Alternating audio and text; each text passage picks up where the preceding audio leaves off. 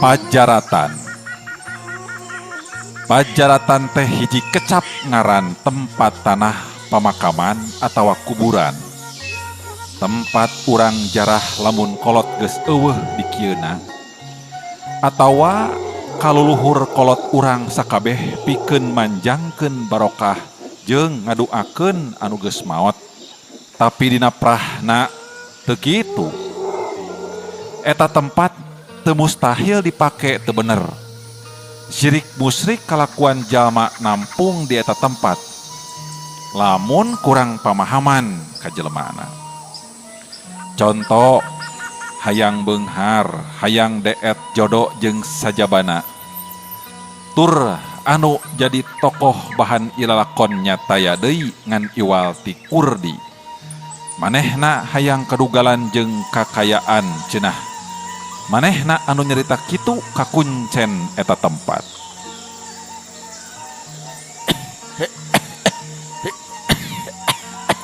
Kunaon ki? Aya ujang.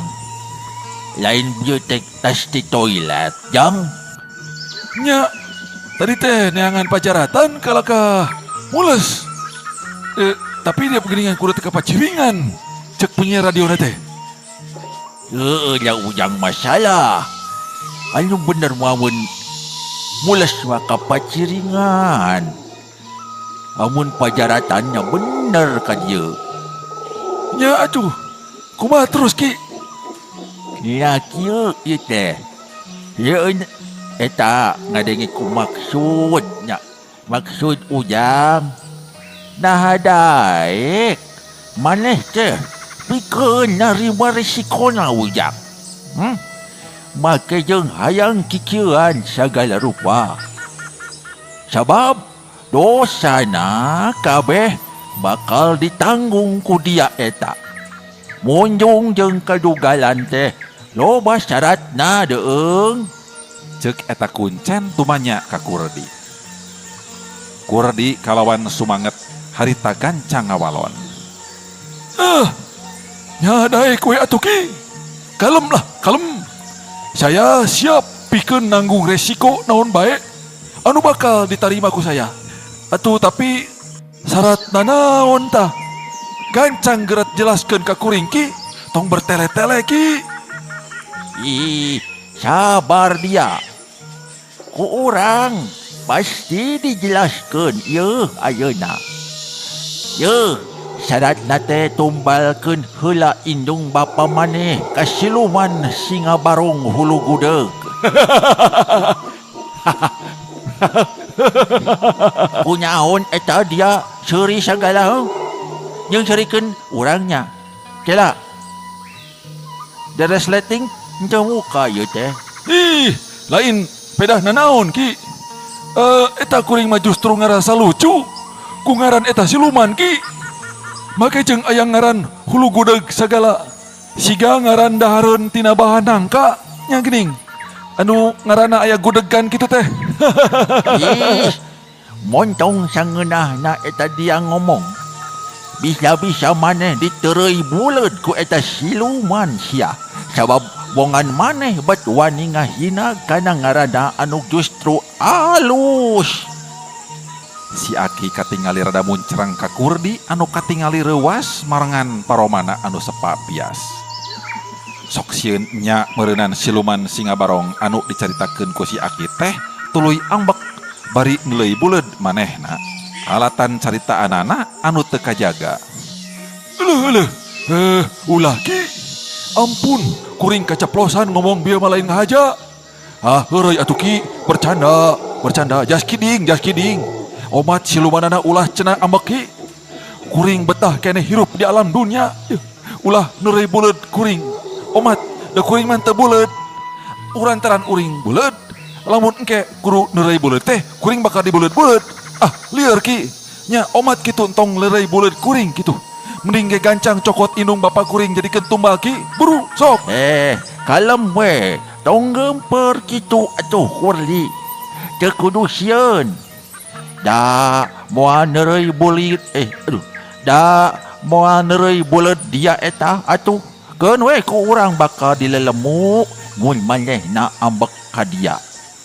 Ngan dia ulah samarangan ngageunggeureurkeun kana ngaran ingon-ingon urang eta. Bahaya deuleu. Tapi geus gara cokot angguran mah eta belut anu dina jero ember teh euy. Ku dia duanana besetan. Ala pejitna cing bersih. Sok puluh kadinya. Tong leleda kurdi. Tapi keur naon atuh belut ki? Kuring mah da teu hayang belut atuh bari jeung ge teu beuki deui kana belut kuring mah. Jeung leueur kitu gila. Hayang teh ilmu karugalan jeung kabeungharan wungkul we pangna kuring datang ka dieu teh. Lain rek hayang barang dahar. Nah, ari maneh kurdi menyib ku belet-belet euy teh. Yeuh, apan eta dua belut teh hiji gambaran nya. Dua jalma anu rek dijadikeun tumbal ku maneh. Engke maneh lamun geus maehan eta dua belut indung bapa maneh oge bakal modar. Sabab nyawana masing-masing aya di eta belut. Lain eta dipasak terus didahar ku maneh ngarti. Dina nyana oge aing heula anu ngajahar belut mah da aing mah beuki. Kumaha ieu teh parebut belut kieu ye. Aduh. Kilayung kawasna keseleun ka kurdi anu loba tatanya. Manehna memang teu rasapeun loba carita sigana teh. Ari kurdi teu nyarita deui manehna gancang nyokot eta dua belut dina jero ember anu memang geus disadiakeun ti tadi keneh. Aneh puguh ge. Belut teh bet teu karasa leueur waktu dikeupel ku kurdi hiji-hiji parwargi netizen. Bari besetan ku peso luyu jeung parentahna Kilayung tadi.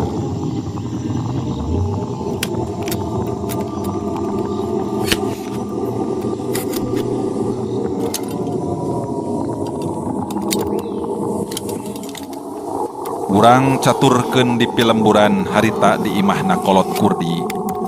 Katingali indung bapana kurdi keur salareti bra nakeranan. Teu sadar yen bakal aya bahaya anu ngancam jiwa maranehanana duaan. Angin peuting di luar ngadadak ngagelebug tarik pisan. Dituturkeun ku sora anjing anu babaung ti kajauhan. Bepeuskeun kasimpena wanci peuting diganti ku hawa anu mungguh matak pika keungeun.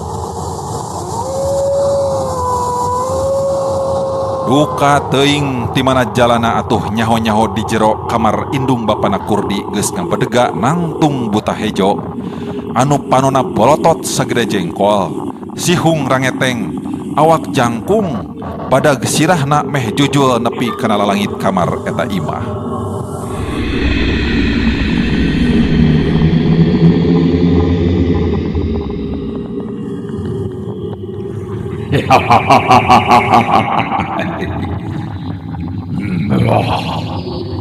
Ieu belut teh peninggalan itu kieu geuningan. Badak suka jeung suka ieu mah tumbal teh. Badak seueuh di daharna ge. Ceuk eta buta hejo nyaritana mungguh handaruan pisan sorana. Ngantang tuwe sora eta buta hejo alias siluman singa barong hulu gudeg teh dekadenge ku jalma biasa mah. Pon kitu deui ku indung bapana kurdi. Sanajan hareupeun nyaritana jeung seuri anu sakitu tarik tetep teu kadenge. Duanana tetep talibra dina sarena teh. Bres. Saterusna dua leungeun eta buta hejo katingali nobroskeun leungeunna duanana ka jero dada indung bapana kurdi. Dadana anu belah kencang. Atuh burileng. Panon indung bapana kurdi jadi pating burileng burial pun celik teu bisa nyarita. Waktu karasa buah jantungna aya nu ngadulut.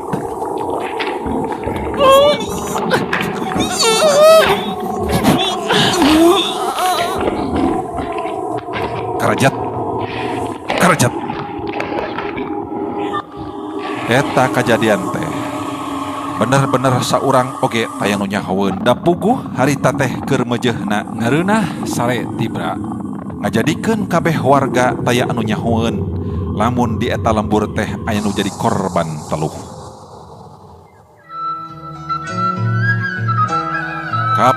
Kapanggih geus beurang harita meh salembur ngarasa heran jeung gujirud pedah imah indung bapana Kurdi betara-tara narutup keneh. Jandela panto oge hordengna can katingali muka. Nya kajurung kurasa kapanasaran. Harita aya sababaraha urang warga anu ngahaja neang tuluy ngadobrak imahna kolot Kurdi. Astagfirullahaladzim. Kang, itu tingali Mang Suganda jeung Bi Iem eta meni jaleger kitu beuringah mudah ku getih Kang. Tingali. Mana Jang? Mana? Cing, akang rempo. Kabeh warga awewe lalaki ngagimbung di buruan jeung di jero eta imah. Komo di jero kamar mah awewe lalaki ngarogrog nenjo layon. Sedengkeun di tempat anu rada anggang deket tangkal alpuket tembong aya saurang jalma keur ngajanteng make jaket kulit hideung, make kacamata jeung topi warna hideung. Ngawaskeun kana kaayaan di eta imah bari ngagerendeng ngomong sorangan dina jero hatena. Apa hampura oge mah Kurdi kapaksa ayeuna ngawadahkeun emak jeung apa demi kepentingan Kurdi. Bongan emak jeung apa bet teu bisa mereka senangan ka Kurdi. Kurdi geus embung jadi jelema malarat dihina wae batur jeung ditampi ku awewe teh emak.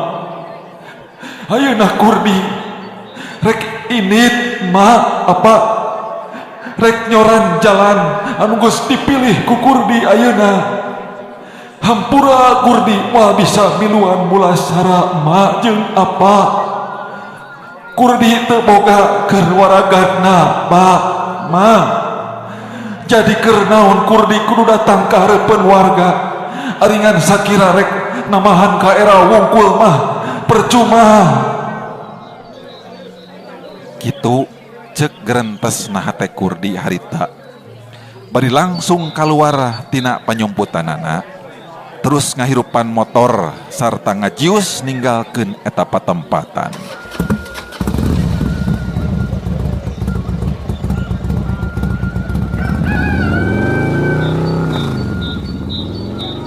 Hari eta Kurdi ka mana nya? Manehna teh satu tas pasea jeung indung bapana teh bet teu katingali balik deui. Geus aya kana 5 poena. Moal kitu kabur mah eta budak teh. Ih, duh ka atuh Ki. Boro-boro aki.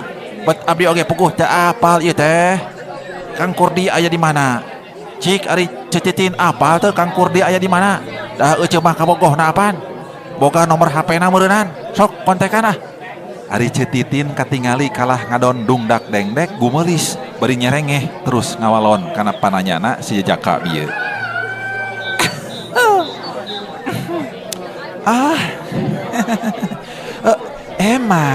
Emang nya ece teh kabogohna Kurdi, tapi can kungsi jadian atuh da ece anu bogohna ari Kurdi nama alimen ka ece. Jadi we ece teh teu apal Kurdi aya di mana. Akomo nomor telepon nama ece teh teu nyaho sabab HP-na oge teu boga ece mah deui. Nya kumaha ece we lah. Palebah dinya nama kuring teu wasapikeun ngabahasna. Ngan inti nama ece henteu apa ngeunaan Kang Kurdi aya di mana ayeuna nya. Teu atuh nya teh ayeuna mah meureunan Ki kumaha layon teh rek langsung dikurebkeun bae atawa nungguan anakna cenah balik. Piraku atuh indung bapana maot nepikeun ka teu nyaho emang eta Kang Kurdi teh. Bener teu Ki? Nya. Ya bakal langsung dikurebkeun atuh Jang. Kumaha ceuk RT ye lembur padukuhan we waktu manehna tadi ngomong nih. Sabab ye naon ngaranna teh eta mayitna bau pisan ka ambeuna cenah keluarga. Jadi hayulah ayeuna mah urang cacan-cacan jeung kuburan Jang. Sabab ya karunya atuh bisi keselen kudu nungguan anakna balik mah. Sabab biheung iraha balik na ge atuh da. Manehna jong-jong we usaha meureun teu inget kanu jadi kolot. Eta ge lamun usaha deui da teuing keur naon pan anjeun mah. Nya geus atuh aki. Ajak anu sajen. Urang gancang nyieun kuburan ayeuna mah. Ayo atuh. Geus kitu mah atuh teu talangke deui sakabeh warga teh terus ngabagi-bagi waktuna jeung tugasna masing-masing. Mangsa mulasara layon sakumaha mistina. Gancangna carita dua layon salaki pamajikan indung bapana Kurdi geus rengse dikuburkeun. Kira-kira wan Cilohor sarta cukup lila oge nalikeunana teh sabab loba pisan batu galede anu ngahalangan lahan pakuburan. Cekolot eta teh tanda kabeberat anu maot, seolah-olah gambaran hate anu berat ninggalkeun alam dunya jeung kulawarga. Waktu nalkinkeun pupuh lembur kadenge harita cumarita ditujukeun ka sakabeh warga anu milu jajab layon ka kuburan. Kasadayana kadang warga padukuhan. Ye. Dina poe ye urang geus kalengitan dulur urang sakabeh. Sarta urang sadaya kudu ngahampura ka ieu dua layon boh bilih salila hirupna aya kasalahannya. Utamina ka ibu-ibu sareng bapa-bapa anu aya di dieu. Jadi kumaha? Bade dihampura moal. Pade. Kabeh warga kompak ngajawab. Syukur. Ari kabeh arek pada ngahampura mah ka ieu dua layon anu tos dikubur. Ngan kula salaku pupuhu di ieu lembur miharep ka sakabeh warga nya. Ya, omat ulah arek cacarita ka saha bae ge. Kajal masajen anu misah lembur. Ngeunaan naon? Tah, leres. Mang Suganda katut biiem anu maotna kawilang aneh. Sabab bisi jadi nebarkeun fitnah. Mohon kepo. Abdi siap. Ku abdi mah diwartos-wartos. Meh bareng sakabeh warga ngajawab deui saur Manu. Para wargi kaum dangu netizen sadayana. Rupina cag heula dongeng linglung di pajaratan bagian kahiji dugi ka dieu. Kumaha terasna ieu carios lalampahan Kurdi anu tega-tegana ngawadalkeun indung bapana.